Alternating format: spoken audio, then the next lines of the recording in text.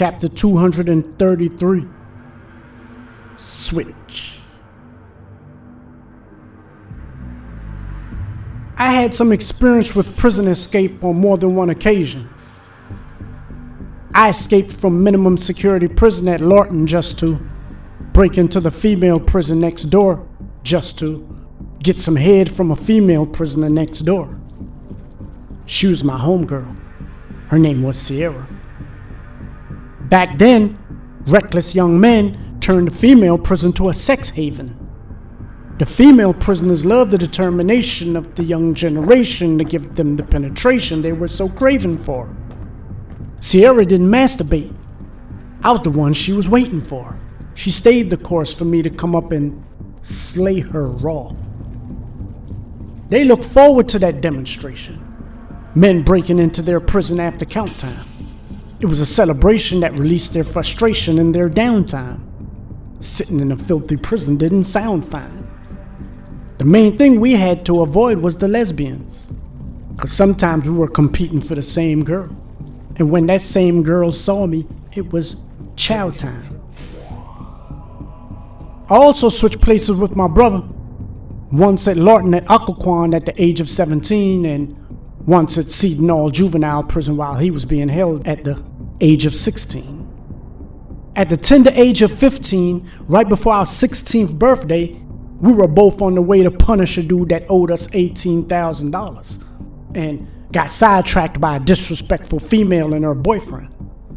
We lost focus and started busting the sawed-off shotgun at them both. We were both arrested. My brother was held because he already had a record, but I was released to my parents. He was sent to the juvenile prison Cedar Knoll, which was located in Laurel, Maryland.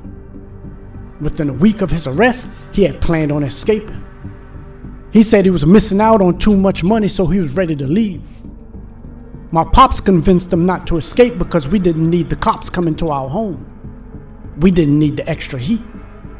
We were already under investigation, but because we were only moving ganja from Uganda, the government didn't make it a top priority.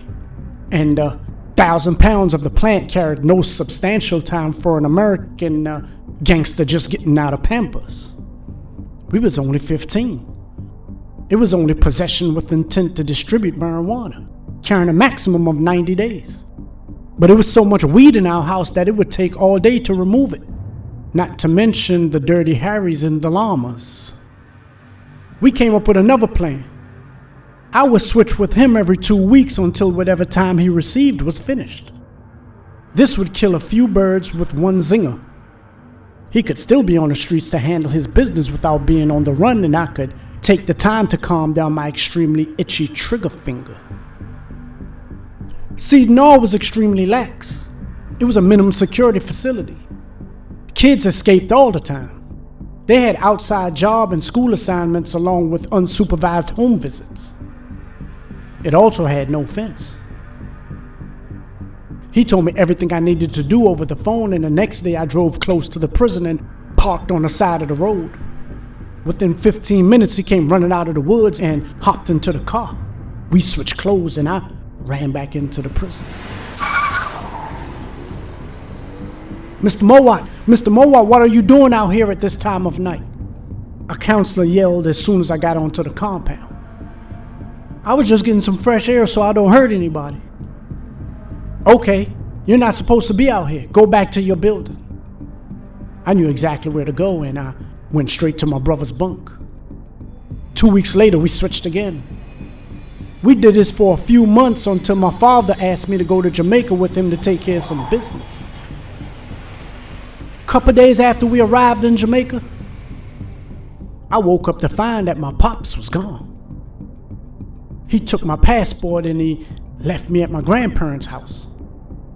He knew my brother and I were switching up at the prison, and he knew it would be a matter of time before we got caught, so he left me there to keep me out of trouble. My 16-year-old mind couldn't grasp the concept of this. My mind was getting the new strain, ship hundreds of pounds back on the plane, get rich, switch with my brother, buy fly cars, not stuck on no island. Ironically, I now felt like I was behind bars, like I was sentenced to an undetermined sentence without a conviction.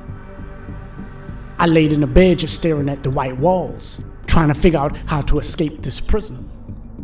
I was a juvenile, so going to the American embassy claiming that I lost my passport and demanding to be deported because I was an American citizen would have caused too much chaos. I had to come up with another plan. I decided I was just going to be a rebel.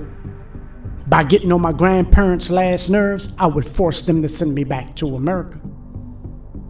I had money to make and a lot of people to punish for various transgressions. I had to get back to America by any means, even if I gotta hurt somebody to get deported. My family were close friends with governor generals who were considered lord of the land, as commander-in-chief of the military and representatives of Queen Elizabeth. They were also friends with prime ministers from all over the Caribbean. My grandfather used to host upper-class society dignitaries at his house on weekends. They played card games like bridge and poker, smoked cigars and drank assorted rums from all over the world. I never wanted to fraternize with these people. To me, they were snobbish and weird. Plus, I also despised politicians and police. My grandfather would introduce me to them and take me to their homes. He wanted me to be a politician. I wasn't interested, nor was I cut from that cloth. Politics required fake smiles and lies, lots of backstabbing and theft.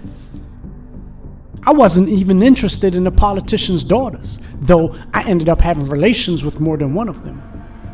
They grew up in snobbish homes and seemed to be more attracted to guys with a street edge. But they weren't allowed to date those types, so I was a perfect connection.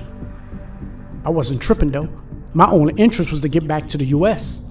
I had product to move and money to collect, guns to bust and stashes to protect. America was the most admired country in the world and most people wanted to visit. That alone was honorable, but living there was like a badge of prosperity and value. For some reason, everyone thought every American was rich. The American dollar had strength and a more favorable exchange rate, but in reality, most of the people on the island lived better than the Americans. America had more jobs and opportunity, but it also had more stress, suicide, homicide, incarceration, homelessness.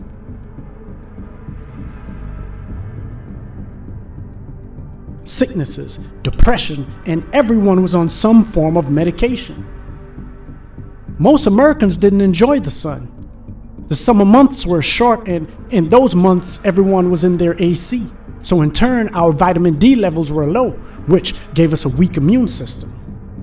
No system to fight off parasites and bacteria gave us all types of sicknesses and diseases that wasn't found in the Caribbean, and definitely wasn't found in Africa. Most people didn't think about that though. A lot of people took the all year round sunshine, sweet fruits and beaches for granted, fighting to get to the land of racism and hatred. No justice, no peace. No justice, no peace. No justice, no peace. Not realizing that Americans took vacations in Jamaica because Jamaica was like a fantasy. Nobody from the islands went to America for a vacation. It was only for opportunity and promiscuity. America was a business in perpetuity. Get your money set up in annuities and get the hell away from the lunacy and killer cops' impunity. I was looked at as an American, and a lot of girls wanted to lose their virginity to an American. I ain't had no problem giving them this Mary come every day, every week, and every month. Though some wanted to have an American child, most just loved the excitement. American culture and style was revered all over the planet. Black Americans was held as heroes in most countries. My grandparents lived in Hope Pastures, which was in the upper middle class section of uptown Kingston. Their house sat on the lower portion of a mountain called Jack's Hill and had large sliding glass doors on both sides so that the wind could blow straight through the house. There were large mango and orange trees in the yard along with other fruits. My grandfather was the architect of the house.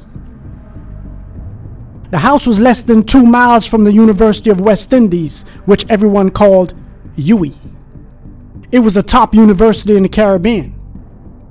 Residents from every island in the Caribbean attended there, and I was hitting a girl from Bermuda that was studying communications there. There was also a gigantic house on the corner down the street from my grandparents' home that belonged to a Don, an original Don Dada. He controlled some of the ghettos downtown. There were always nice cars like Saabs and DKWs, Bluebirds and Mercedes G-Wagons parked in the driveway. And sometimes soldiers with M16s and military apparel will pull up to the house in Jeeps. The Don had a whole other level of respect and admiration than I ever saw, even in the United States. My grandparents told me the owner of the house was Jim Brown, the leader of the shower posse. Every time I saw him, I would nod my head in respect and give him a salute. He once saluted me back. That made my day. 4 years later, the Don was burned alive in a jail cell, the same day his eldest son was buried.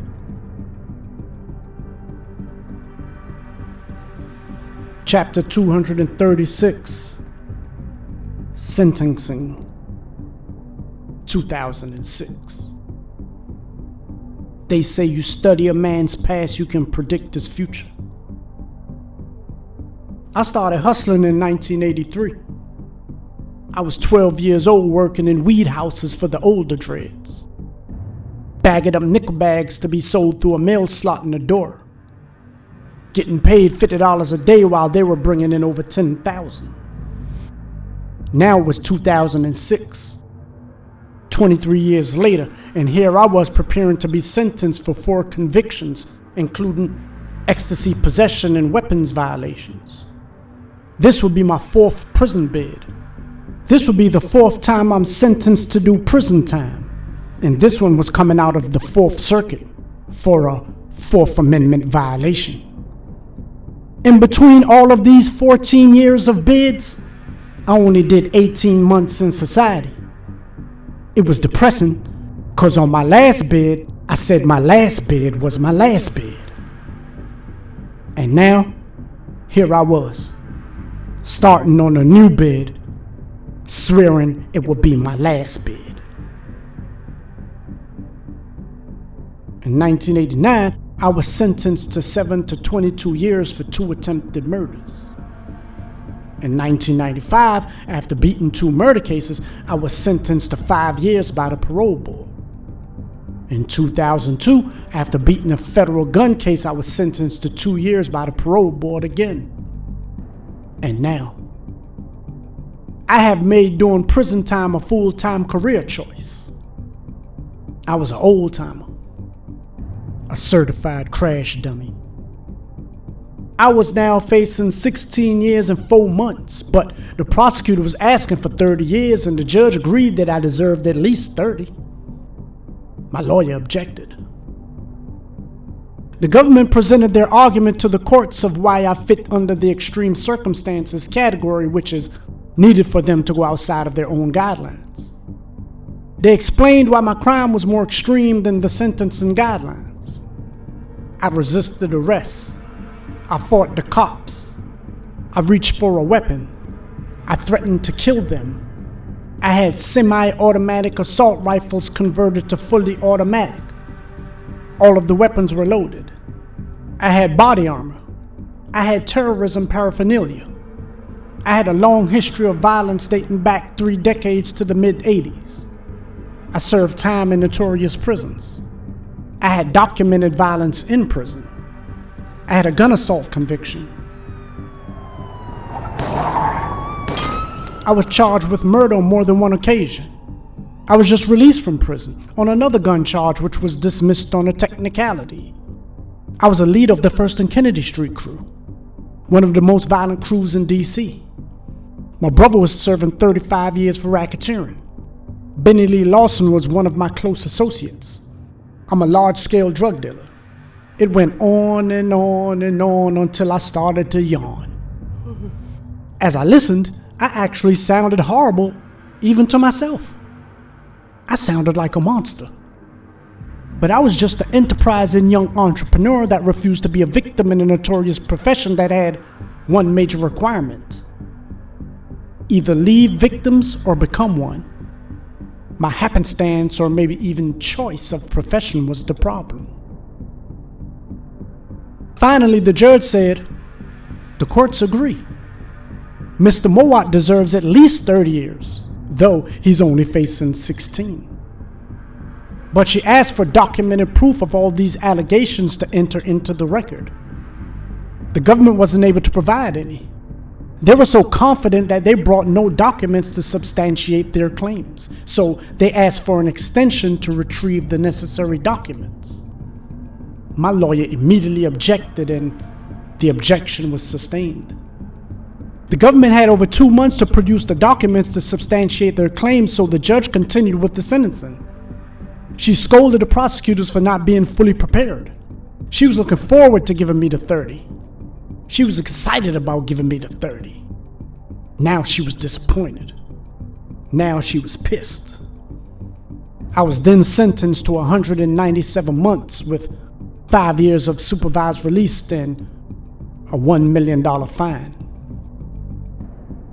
If the government had been prepared, I would have gotten 30 years like the Asian dude got, even though he pled guilty to 15.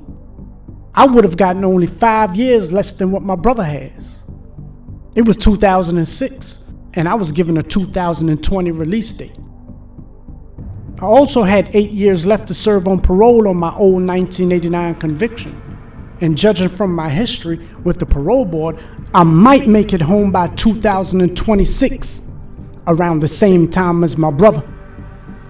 I would be 55 years old. I was just turning 35.